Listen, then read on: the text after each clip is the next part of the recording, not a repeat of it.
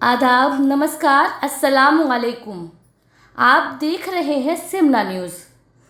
दोस्तों, बाबरी मस्जिद के खिलाफ फैसला आने के बाद से ही मथुरा और काशी में स्थित मस्जिदों को निशाना बनाने की कवायद शुरू हो चुकी है।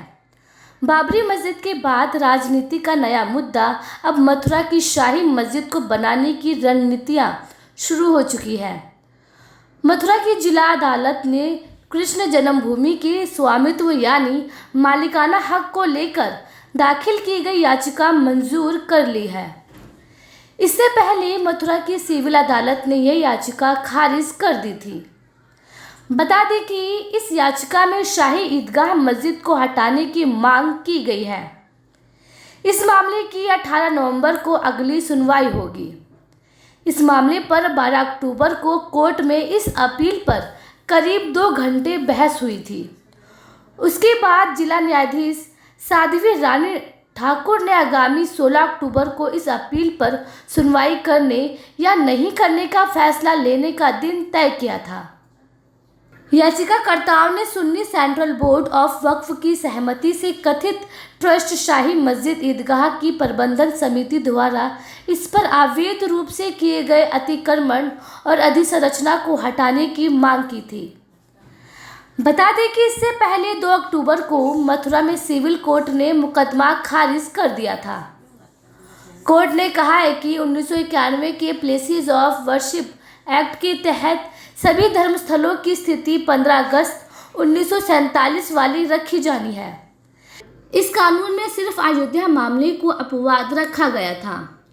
कोर्ट ने कहा इस याचिका पर सुनवाई के लिए स्वीकार करने के पर्याप्त आधार नहीं है।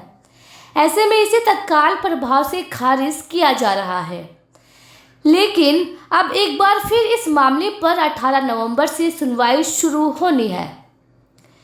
इस मामले में अखिल भारतीय तीर्थ पुरोहित महासभा ने 17वीं सदी की मस्जिद को हटाने के लिए कुछ लोगों द्वारा कोर्ट में याचिका दाखिल करने पर उनकी आलोचना की।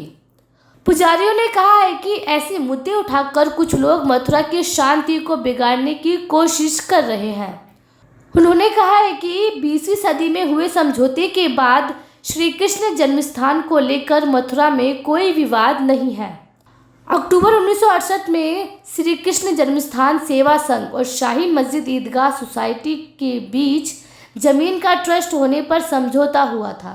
इस समझौते पर दोनों पक्ष पूरी तरह से कायम है। बावजूद इसके अब पूरे मामले में तीसरे पक्ष की एंट्री हो गई है, जो इस मामले को बाबरी मस्जिद के तर्ज पर मालिकाना हक की मांग कर रहे हैं। दोस्तों, इस आधार पर यह कहना अनुचित नहीं होगा कि इस मुद्दे के लाइमलाइट में आते ही राजनीतिक पार्टियों को एक नया मुद्दा और फिरका परस्त ताकतों को विशेष धर्म पर हावी होने का नया बहाना मिल गया है।